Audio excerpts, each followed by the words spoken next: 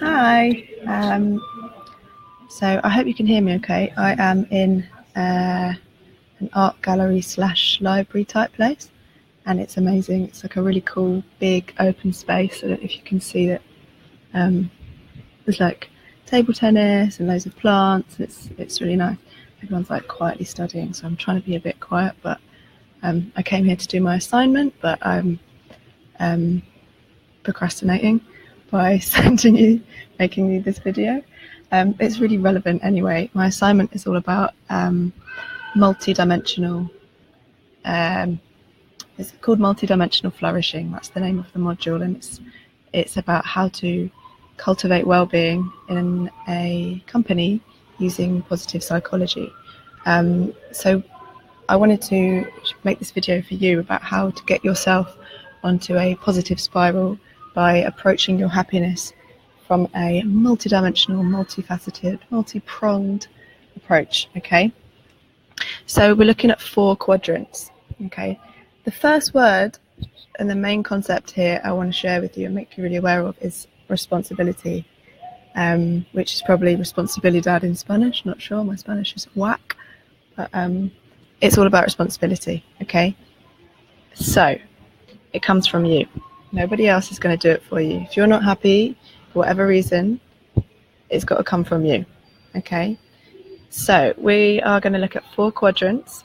We've got the mind, which is the subjective. We've got the objective, which is like the body. We've got the intersubjective, so that's the shared, and that is relationships. And then we've got the interobjective, which is the environment that you live in. So, looking at number 1, the mind. What are you doing for your mind on a daily basis? What do you feed your mind? What are you giving it? Are you taking it to the mind gym? Are you giving it lots of positive stimulus, stimulation? Are you feeding it with fear-based information such as the news? Are you observing a lot of social media accounts and making yourself feel inadequate? What are you doing for your mind? Okay, think about that. It's as important as the body. Some would say even more so, okay? But we tend to think of the body being the kind of vehicle for our happiness. We give it a lot of comfort, we feed it well, we exercise it, but you know, the mind is equally as necessary for our happiness. So, what are you doing for your body? Ask yourself this. Are you giving it enough nutrition? Are you feeding it a variety of colourful vegetables? Are you poisoning it with alcohol, drugs, smoking? Are you exercising it? Are you celebrating it by exercise? Are you stretching it? Are you letting it sleep? What are you doing for your body? Subjective, objective. The intersubjective is relationships. How are your relationships doing? Friends, family, colleagues, personal relationships. You know, this is also your responsibility. So you might say, oh, they always do this or they always do that. And there's an amazing book called Feel the Fear and Do It Anyway by Susan Jeffers. And in this book, she's like, we've got this tendency to hold the magnifying glass up to other people's mistakes and that, you know, say, oh, they're not like this. And we're emphasizing, exaggerating and magnifying their mistakes and their ways of being, rather than looking in the mirror and saying, okay, now what could I be giving them? How can I be improving? And, you know, one of the things we normally want from the world is the thing that we're not giving the world. So think about that. And then the 4th one is your environment. So how are you making your environment the best possible situation for you? How is your work situation? Are you happy at work? What about your house? Is it clean? Is it tidy? Is it clear of shit? And it's, you know, where are you spending your time? So these 4 quadrants are really important. They're really equal. And I think another thing you can do is, this is a really great exercise that I like to do, is get a piece of paper and divide it into 9 squares. And on those 9 squares, you can write things like personal growth, friends or relationships, work, health, leisure, environment, hobbies and interests, contribution. And then whatever else you want to put. And then what you can do is say, how you can contribute to each of those things, how you can make each of these categories better. So for example, under leisure, under pleasure, you write down what things you do that make you happy, such as for me it'd be surfing or listening to music. And then under relationships or family, you put down, or friends, you write down all the people that are important to you. Under personal growth, you can write down some of your life goals and what you want to achieve.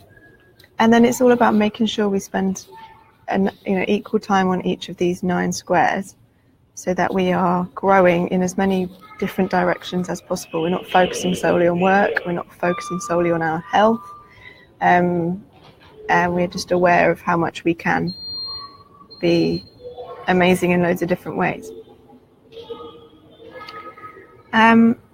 So one little thing that I wanted to share with you that I like to do is called I make a happiness list. Another thing, and just list, or just start noticing things you probably know already, but just start noticing things that you do that you absolutely love doing, that make you feel amazing, and write them down.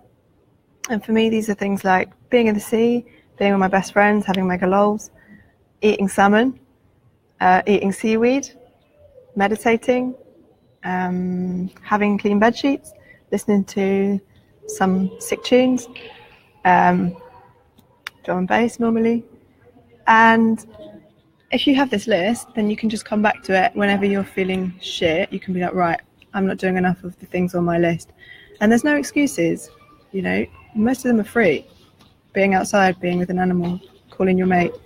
So make a list, do more stuff from it. I know there's so many memes out there, like do more of what makes you happy, but it's so important. And the happier you are, the more you can give back to the world. And I've been reading about broaden and build theory. So we've got positive effects, positive emotions such as joy, contentment, interest, pride, and love. They actually expand our personal, psychological, and social resources, enabling us to be better in many different ways. When we feel joy, for example, we create the urge to play more, push the limits, and be creative. If we achieve something, we feel pride. So yes, I got that promotion, or I lost 10 kilos, or I got my first whatever. It broadens our experience by creating the urge to share the news of the achievement with others. So that, in effect, broadens our social, because we're connecting with other people. And then through connecting with other people, we feel better because we have a better sense of relationships with other people. And that, in turn, makes us feel better. So then we've got more positive emotion, such as love. And love broadens our experience by creating cycles of urges to play with, explore, and savor experiences with loved ones. So we want to love more. The more we have, the more that we want, and the more that we get.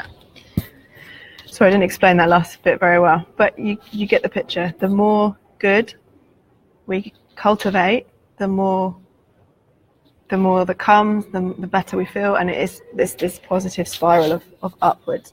But it comes from you, okay? It starts with you, and you need to take responsibility, and you can do that by a multifaceted approach: mind, body, relationships, environment. Okay, I hope you enjoyed this video, and somebody's saying hello. It's I think I can't really see who it is. I think it's Mario. Is it Mario?